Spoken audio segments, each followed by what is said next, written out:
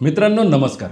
तुम्ही जर आपल्या चॅनलवरचा महाउपलब्धी या ॲप संदर्भात या आधीचा व्हिडिओ बघितला असेल तर तुम्हालाही प्रश्न पडला असेल की नेमकं या ॲपमध्ये लॉग इन करायचं तरी कसं. व्हिडिओ बघितल्यानंतर सुद्धा अनेकांनी कमेंट केल्या की लॉग इन कसं करायचं याची माहिती नाही, की सगळेजण सांगतायत की हे ॲप चांगलं आहे परंतु त्यावर लॉग इन करायची माहिती कोणी देत नाही.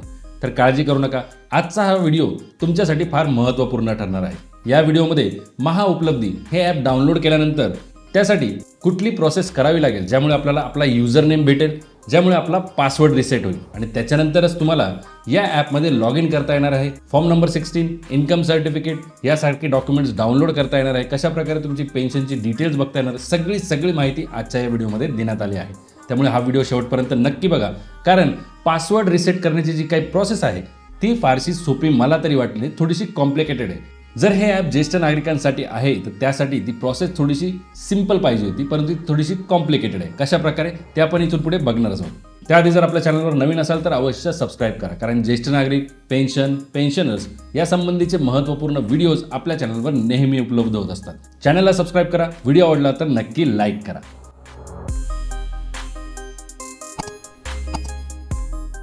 मित्रांनो, ज्यावेळेस आपण हे ॲप ओपन करतो, जिथे आपल्याला लॉग इन करायचं आहे त्या सबमिट बटनच्या खाली तुम्हाला एक युजर मॅन्युअल असा एक ऑप्शन दिसेल आणि त्यावर क्लिक केलं तर आपल्याला हे ॲप कसं वापरायचं, लॉग इन कसं करायचं, पासवर्ड विसरला तर त्यासाठी काय करायचं, सगळं स्टेप बाय स्टेप माहिती असलेली एक PDF समोर दिसते. तर या PDFमध्ये निवृत्ती वेतनधारक वैयक्तिक लॉग इन या युजर मॅन्युअलनुसार महाउपलब्धी मोबाईल ॲप वापरण्यासाठी तुमच्याकडे म्हणजेच निवृत्ती वेतनधारकाकडे निवृत्ती वेतन वाहिनी पोर्टलवर वैयक्तिक लॉग इन असणं आवश्यक आहे. आता ते पोर्टल म्हणजे pension.mahakosh.gov.in ही सरकारची अधिकृत वेबसाईट आहे किंवा पोर्टल आहे. यावर तुमचं लॉग इन असेल तरच तुम्हाला महाउपलब्धी या ॲपवर लॉग इन करता येणार आहे. निवृत्ती वेतन वाहिनीची जी काही लिंक आहे ती आपल्या व्हिडिओच्या डिस्क्रिप्शनमध्ये सुद्धा दिली आहे. त्यावर क्लिक करून तुम्ही त्या पोर्टलवर येऊ शकता. आता इथे लक्षात ठेवा, तुमचं पहिल्यांदा लॉग इन तुम्ही या ठिकाणी करणार आहात, त्याच्यामुळे तुम्हाला एक डिफॉल्ट युजर नेम आणि डिफॉल्ट पासवर्ड या ठिकाणी देण्यात आला आहे. तुमचं डिफॉल्ट युजर नेम असेल पेन्शनर आणि पासवर्ड असेल IFMS 123. हा डिफॉल्ट पासवर्ड आहे. या डिटेल्स टाकून आपण पोर्टलवर लॉग इन करणार आहोत. लॉग इन केल्यानंतर आपलं स्वतःचं वैयक्तिक युजर नेम आणि पासवर्ड क्रिएट करणार आहोत. त्याच्यामुळे सगळ्या स्टेप्स व्यवस्थित बघून घ्या. पूर्णपणे कॅपिटलमध्ये पेन्शनर असं युजर नेम एंटर करत आहे. त्याखाली दिलेला हा डिफॉल्ट पासवर्ड आपल्याला एंटर करायचा आहे आणि त्याखाली दिलेला हा कॅप्चा कोड आहे तसा एंटर करून खाली सबमिट बटन क्लिक करायचं. काही सेकंदानंतर अशा प्रकारे एक पॉपअप विंडो दिसेल, ती आपल्याला ओके क्लिक करून बंद करायची. आता तुमचं लॉग इन या पोर्टलवर झालेलं आहे, परंतु हे लॉग इन तुमचं आहे का? नाही, हे डिफॉल्ट लॉग इन आहे. कोणालाही लॉग इन करता येतं. त्यामुळे इथे आता आपल्याला स्वतःचं लॉग इन क्रिएट करायचं आहे आणि हेच लॉग इन वापरून आपण महाउपलब्धी या मोबाईल ॲपमध्ये सुद्धा लॉग इन करू शकतो. आता ते लॉग इन कसं करायचं, तुमचे क्रेडेन्शियल कसे क्रिएट करायचे, यासाठी वर्क लिस्ट हा ऑप्शन तुम्हाला दिसेल पहिला. त्याखाली create pensioner user before EPPO हा एक ऑप्शन दिलेला आहे. त्यावर आपल्याला क्लिक करायचं आहे. आता मित्रांनो, या ठिकाणी आपल्याला काही बेसिक माहिती आपल्या पेन्शन संदर्भात अचूक भरायची आहे आणि त्यानंतर या क्रिएट युजरवर क्लिक करायचं आहे. सगळ्यात पहिली माहिती आहे आपले कोशागार निवडा. तर या लिस्टमधून कोणत्या कोशागार कार्यालयामधून तुम्हाला पेन्शन मिळते ती आपल्याला या ठिकाणी निवडायची आहे. त्यानंतर तुमचा PPO क्रमांक, संपूर्ण PPO क्रमांक या ठिकाणी टाईप करायचा आहे. ज्या बँकेत तुमची पेन्शन जमा होते ती बँक या लिस्टमधून निवडायची आहे. नंतर शाखा कुठली, त्या शाखेचं नाव या ठिकाणी आपल्याला सिलेक्ट करायचं आहे. त्याखाली तुमचा बँक अकाउंट नंबर टाईप करायचा आहे आणि ही सगळी माहिती अचूक भरल्यानंतर पुढे क्रिएट युजर या बटनवर आपल्याला क्लिक करायचं आहे.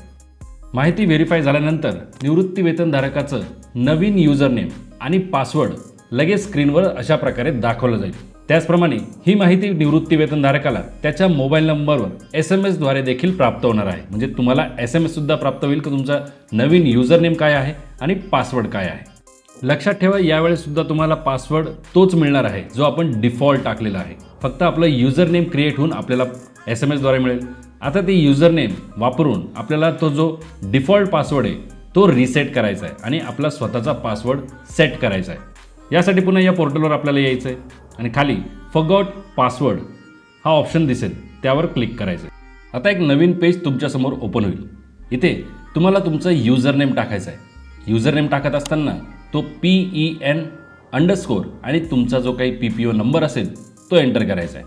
लक्षात ठेवा, याच फॉर्मॅटमध्ये तुम्हाला तुमचा PPO नंबर किंवा तुमचा युजर नेम जो तुम्हाला SMS वर मिळालेला आहे तो टाकायचा आहे. त्यानंतर लगेचच एक OTP पाठवला जाईल. तो OTP आपल्याला या ठिकाणी एंटर करून पुढे रिसेट पासवर्ड या बटनवर क्लिक करायचं आहे. लक्षात ठेवा, हा OTP 4 डिजिटचा असेल. आता पुन्हा तुम्हाला नवीन जो पासवर्ड दिला जाईल तो सुद्धा असेल IFMS123 जो डिफॉल्ट पासवर्ड होता. लक्षात ठेवा, तो सुरुवातीला डिफॉल्ट युजर नेम बरोबर डिफॉल्ट पासवर्ड होता. आता तुमच्या युजर नेमसोबत हा पासवर्ड सेट झालेला आहे. आता हा चेंज करण्यासाठी पुन्हा आपल्याला या पोर्टलवर यायचं आहे.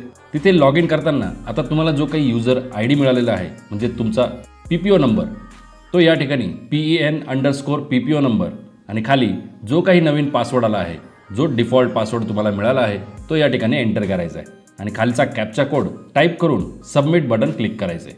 यानंतर लॉग इन झाल्यावर तुम्हाला स्क्रीनमध्ये राईट साईडला वरच्या बाजूला चेंज पासवर्डचा ऑप्शन दिसेल. लक्षात ठेवा, ही सगळी प्रोसेस झाल्यानंतरच इथे चेंज पासवर्डचा ऑप्शन आपल्याला मिळतो. त्यावर क्लिक करायचे.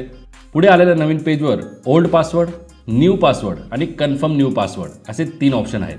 तर ओल्ड पासवर्डमध्ये जो काही डिफॉल्ट पासवर्ड आपल्याला मिळाला होता IFMS123 तो ॲज अ ओल्ड पासवर्ड म्हणून टाकायचा आहे आणि नंतर खाली या दोन्हीही बॉक्सेसमध्ये तुम्हाला जो हवा असेल, जो तुमच्या लक्षात राहील, जो तुम्ही नेहमी लॉग इन करत असताना वापरू शकाल असा पासवर्ड या ठिकाणी टाईप करायचा आहे. तो न्यू पासवर्ड या ठिकाणी टाईप करा आणि तोच नवीन सेम पासवर्ड खाली कन्फर्म न्यू पासवर्ड या ठिकाणी टाईप करायचा आहे. असा पासवर्ड टाकल्यानंतर राईट साईडला खाली सेव्ह असं बटन दिसेल. लक्षात ठेवा, ही संपूर्ण प्रोसेस फॉलो केल्यानंतरच पेन्शनधारकाने निवडलेला पासवर्ड सेट होईल. म्हणूनच मी सुरुवातीला म्हटलं होतं की थोडीशी कॉम्प्लिकेटेड प्रोसेस आहे. आता मोबाईलमध्ये महाउपलब्धी हे ॲप आपल्याला प्ले स्टोअर किंवा ॲप स्टोअरमधून सर्च करून इन्स्टॉल करायचं आहे. त्यासाठी महाउपलब्धी असं टाईप करा. महाराष्ट्र शासन संचालनालय लेखा व कोशागारे असा एक सिम्बॉल तुम्हाला समोर दिसेल. त्याच ॲपवर क्लिक करून तुम्हाला ते इन्स्टॉल करायचं आहे. ॲप इन्स्टॉल झाल्यानंतर ते ओपन करा. आता ॲपमध्ये लॉग इन करण्यासाठी 2 पद्धती. पहिला, तुमचा PPO नंबर टाकायचा आणि पासवर्ड टाकायचा जो या अगोदरच आपण सेट केलेला आहे. आणि दुसरा, मोबाईल नंबर टाकून त्यावर येणाऱ्या OTPच्या माध्यमातून. इथे आपण पासवर्ड सेट केलेला आहे त्यामुळे या ठिकाणी आपण आपला PPO नंबर टाकणार आहोत. त्यानंतर जो काही पासवर्ड तुम्ही सेट केला असेल तो पासवर्ड या ठिकाणी टाईप करा आणि सबमिट बटन क्लिक करा. आता ॲपचे इंटरफेस ओपन झाल्यानंतर सगळ्यात पहिले आपण बघू की पेन्शन पेमेंट हिस्ट्री कशी बघायची.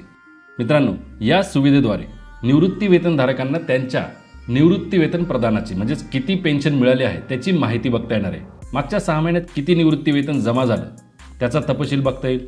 त्याचप्रमाणे एक कस्टम डेट रेंजसुद्धा तुम्हाला टाकता येईल. म्हणजे या तारखेपासून त्या तारखेपर्यंत किती पेन्शन जमा झाली हे सुद्धा तुम्हाला डेट टाकून बघता येणार आहे. इथे तसे ऑप्शन्स दिलेले आहेत. Pension payment history under view last 6 months statement, monthly किंवा इयरली पेन्शनचं स्टेटमेंट आणि वरती लगेच तुम्हाला डाउनलोड PDFचं बटनसुद्धा दिसतं जे अशा प्रकारे तुम्ही डाउनलोड करू शकता, प्रिंट करू शकता. ॲपचे इंटरफेस ओपन झाल्या हे 6 ऑप्शन दिसतात. Pensioners payment history, income certificate, EPPO library, form number 16, pension GR आणि न्यू अनाउन्स. आता मेन इंटरफेसवर ज्यावेळेस आपण इन्कम सर्टिफिकेट या ऑप्शनवर क्लिक करतो तर तुम्हाला पुढच्या पेजवर फायनान्शियल इयर निवडण्याची सुविधा मिळते. त्याचप्रमाणे वर्षानुसार निवृत्ती वेतन उत्पन्न तपशील म्हणजे मंथ वाईज किती आहे ते सुद्धा बघता येतं. अशा प्रकारे डिटेल्स दिल्या जातील आणि त्यानंतर लगेचच तुम्हाला डाउनलोडचा ऑप्शन मिळेल ज्यामुळे certificate of income tax deducted government of महाराष्ट्राचे हे इन्कम सर्टिफिकेट तुमच्या स्क्रीनवर दाखवलं जाईल जे तुम्हाला लगेचच डाउनलोडसुद्धा करता येणार आहे. ज्यासाठी यापूर्वी कोशागार कार्यालयामध्ये पुन्हा चक्रा मारावा लागायचा ते आता एका क्लिकवर उपलब्ध झालेलं आहे. EPPO लायब्ररीच्या अंडर तुम्ही PPO तुमचा pension payment order, CPO commutation pension order आणि GPO ग्रॅच्युइटी पेमेंट ऑर्डर, त्याचप्रमाणे LTA लाईफ टाईम ॲरियर्स ही सगळी कागदपत्रे सिक्युअर पद्धतीने डाउनलोड करू शकतात, PDF स्वरूपात सेव्ह करू शकतात. त्या ऑप्शनवर क्लिक केल्यानंतर तुम्हाला हे 4ही ऑप्शन दिसतात. प्रत्येकावर क्लिक करून ते डॉक्युमेंट तुम्ही लगेचच डाउनलोड करू शकतात, प्रिंट करू शकतात. अगदी याचप्रमाणे इन्कम टॅक्ससाठी लागणारा फॉर्म नंबर 16 सुद्धा तुम्हाला त्या बटनवर क्लिक करून लगेच बघता येतो आणि डाउनलोडसुद्धा करता येतो. यासाठी सुद्धा तुम्हाला बऱ्याचदा कोषागार कार्यालयामध्ये जायची गरज पडली असेल, परंतु आता या सगळ्या सुविधा फक्त एका क्लिकवर तुमच्या मोबाईलमध्ये उपलब्ध आहेत. फक्त सुरुवातीची पासवर्ड रिसेटची प्रोसेस पूर्ण केल्यानंतर या सगळ्या सुविधा तुम्हाला एका क्लिकवर मिळणार आहेत. त्याचप्रमाणे इम्पॉर्टंट GR आणि इम्पॉर्टंट अनाउन्समेंट, तुम्ही पेन्शन संदर्भात आलेले महाराष्ट्र सरकारचे कुठलेही GR बघू शकतात. कुठलीही नवीन अनाउन्समेंट झाली असेल ती सुद्धा तुम्हाला या ॲपमध्येच मिळणार आहे. काही अडचण असेल तर कमेंट करून नक्की विचारा आणि अशाच महत्त्वपूर्ण व्हिडिओसाठी आपल्या चॅनलला जरूर फॉलो करा. धन्यवाद. जय हिंद, जय महाराष्ट्र.